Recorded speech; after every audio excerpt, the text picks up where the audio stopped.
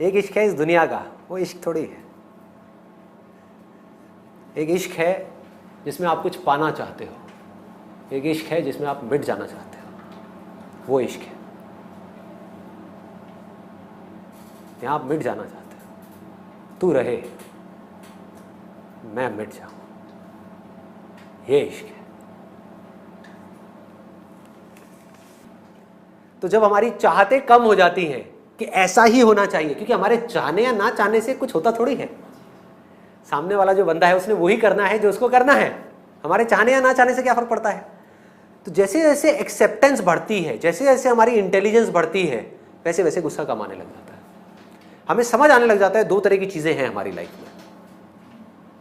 एक है जिसके लिए हम कुछ कर सकते हैं तो वहां हम एक्ट करते हैं, दूसरा हमें पता है कि यहां पर हम कुछ नहीं कर सकते हैं, उसको हम एक्सेप्ट कर लेते हैं। इससे क्या होता है, you develop some kind of a faith within, और वो फेथ खोखला नहीं है। दुनिया की नज़र में फेथ का मतलब क्या है, रिलीजन का मतलब क्या है, भगवान का मतलब क्या है कि मेरी भगवान में बहुत आस्था है तो मेरे साथ सब कुछ अच्छा ही होगा। बहुत बढ़िया भाई, बड़ा मतलब ही भगवान है कि जिसकी आस्था है उसके साथ अच्छा होगा, जिसकी नहीं है उसके घर में डेथ होगी, उसके घर में फाइनेंशियल प्रॉब्लम्स होंगी। ऐसा है भगवान। फेथ का मतलब क्या है, अब चाहे कुछ रहे या मिटे, हाँ, चाहे कुछ अच्छा हो या बुरा हो, पैसा आए या जाए, भूख है लेकिन खाना मिले या ना मिले, मैं काम कर रहा हूं अपनी तरफ से पूरा अपना एफर्ट लगा करके, उसका रिजल्ट मुझे अच्छा मिले या बुरा मिले, क्या फर्क पड़ता है, तू तो मेरे साथ है ना। This is faith. तू जो कर रहा है वो सब सही है, सब मंजूर है, जो तेरी मर्जी वही मेरी मर्जी, हट गए बीच में से। This is called faith. जब हम एकदम साफ हो जाते हैं और हम सोचते हैं कि किसी का बुरा ना करें और एकदम साफ रहें, जेन्युइन रहें, लेकिन ऐसा अगर हम आज के वर्ल्ड में करेंगे तो हमारा खुद का ही लॉस हो जाता है। स्पिरिचुअलिटी का मतलब ये नहीं है कि आप बेवकूफ़ हो जाओ कि कोई भी आए और आ करके आपके साथ कुछ भी करके चला जाए और आप कहो कि मैं बहुत स्पिरिचुअल हूँ। That is not spirituality.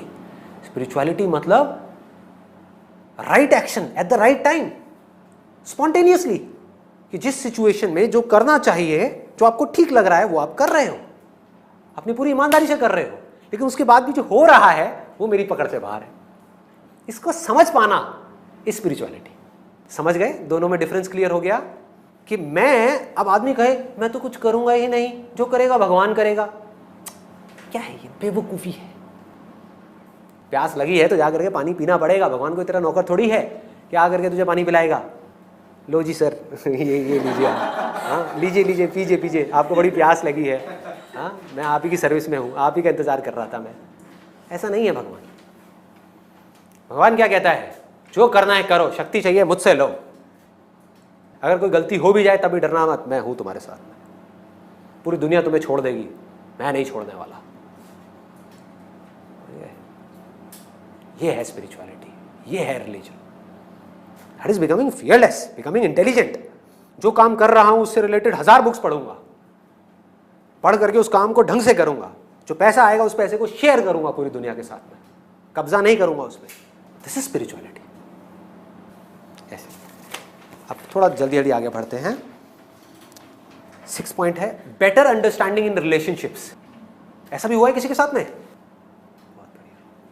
मतलब धीरे धीरे हम सामने वाले को समझ पाएंगे, हम अपने आप को उनकी जगह पे रख करके देख पाएंगे, हम समझ पाएंगे कि जिस चीज़ को लेकर के मैं इतना परेशान हो रही हूँ उस आदमी से, अगर मैं उसकी जगह पे होती एग्जैक्ट उसी सिचुएशन में, तो मैं भी एग्जैक्ट वही करती जो उसने किया। एग्जैक्ट, इतना सा भी अलग नहीं। जिस दिन ये समझ हमारे अंदर डेवलप हो गई, उस दिन हम एज इट इज एक्सेप्ट कर लेंगे बिना किसी को कुछ बदले। और जिस दिन हमने एज इट इज सामने वाले पर्सन को पूरी तरह से एक्सेप्ट कर लिया, वो बदल जाएगा। अटैचमेंट्स कम हो रही है, डिक्रीज इन अटैचमेंट। ऐसा हो रहा है आप लोगों के साथ में? किन चीजों से अटैचमेंट कम हो रही है? खाने से कम हो गई। क्या बात है। कहाँ खड़ी है आपकी कार? मैं ले जाऊंगा।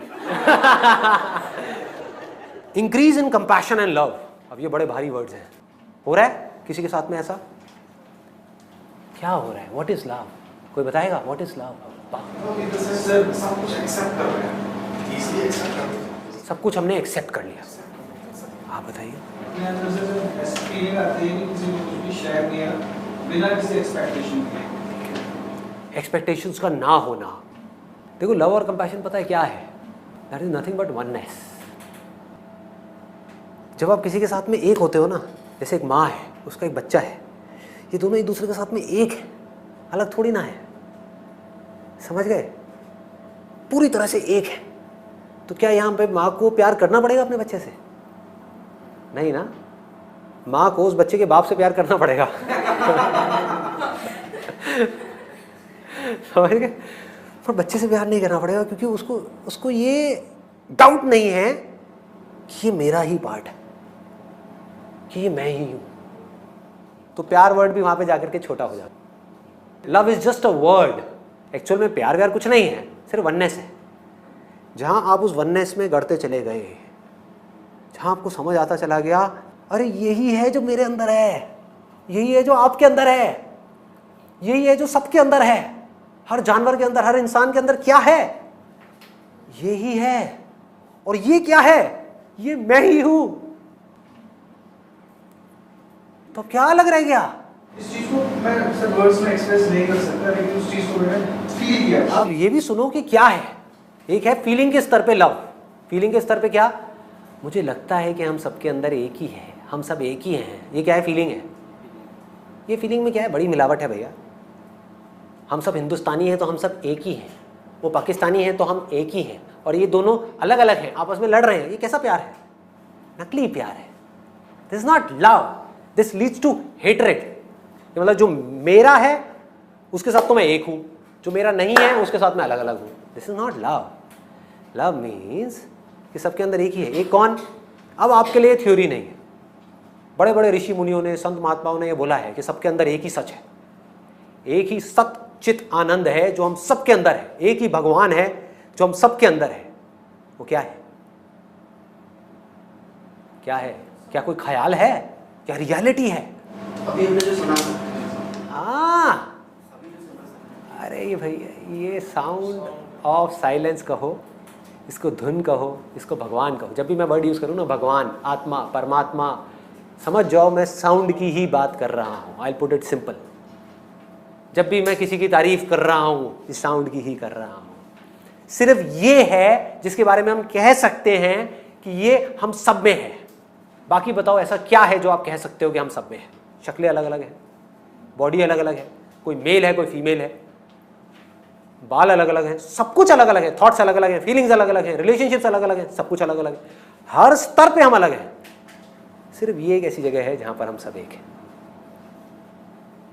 जब इस बात को हम गहराई तक अंदर गढ़ती चली जाती है, जब हम किसी इंसान को नहीं देख रहे होते, अगर मैं आपको देख रहा हूं तो मैं आपको नहीं देख रहा, आपकी फॉर्म को नहीं देख रहा, आपके अंदर उसको देख रहा हूं जो मेरे अंदर भी है। सोचो सोचो, जो आपके अंदर है उसको मैं भी देख सकता हूं।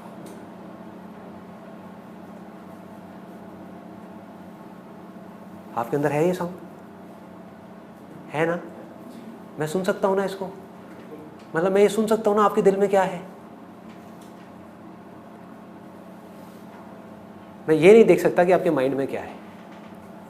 मैं आपके थॉट्स को नहीं देख सकता, आपकी फीलिंग्स को नहीं देख सकता।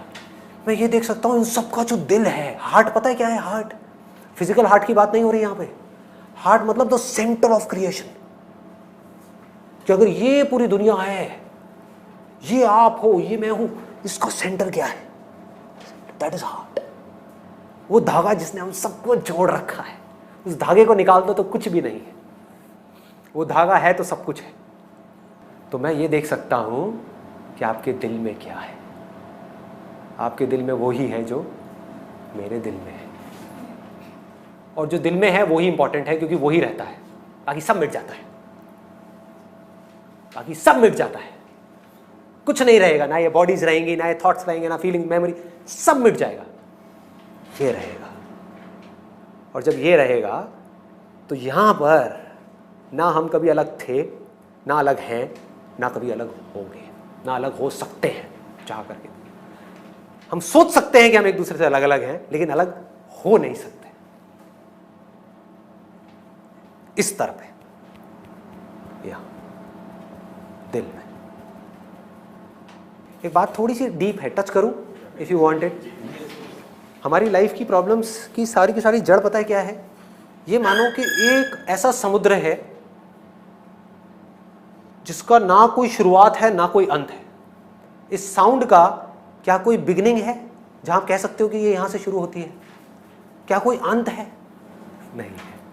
तो मानो कि एक पानी है, दूर दूर तक सिर्फ पानी ही पानी है। इसको पानी भी बोला गया है वेदों में, क्योंकि ये पानी के जैसा है, हमेशा बहता रहता है, लेकिन कहीं से आता जाता नहीं है, क्योंकि ये हर जगह है। इस पानी में लहरें बनती हैं और मिटती हैं। लहरें क्या हैं? हमारी बॉडी। समझने की कोशिश करना, बहुत सिंपल है वैसे, लेकिन थोड़ा सा डीप है।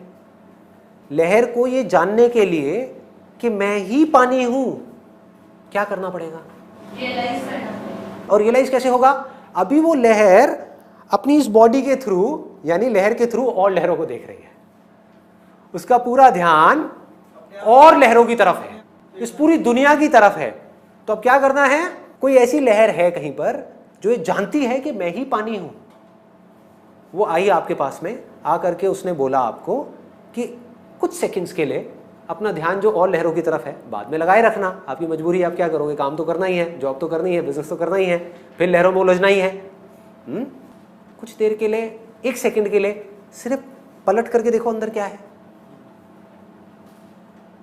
जैसे ही लहर ने बाहर देखा तो सिर्फ लहरें हैं, बड़ी लहर, छोटी लहर, प्रॉब्लम्स, ये वो, थॉट्स, फीलिंग्स, इमोशंस, लोग आपस में लड़ रहे हैं, मर रहे हैं, कट रहे हैं, अलग हो रहे हैं। ये पूरा का पूरा कुरुक्षेत्र है, युद्ध है कि नहीं? ये दुनिया, एग्जिस्टेंस ही अपने आप में प्रॉब्लम बनी पड़ी है।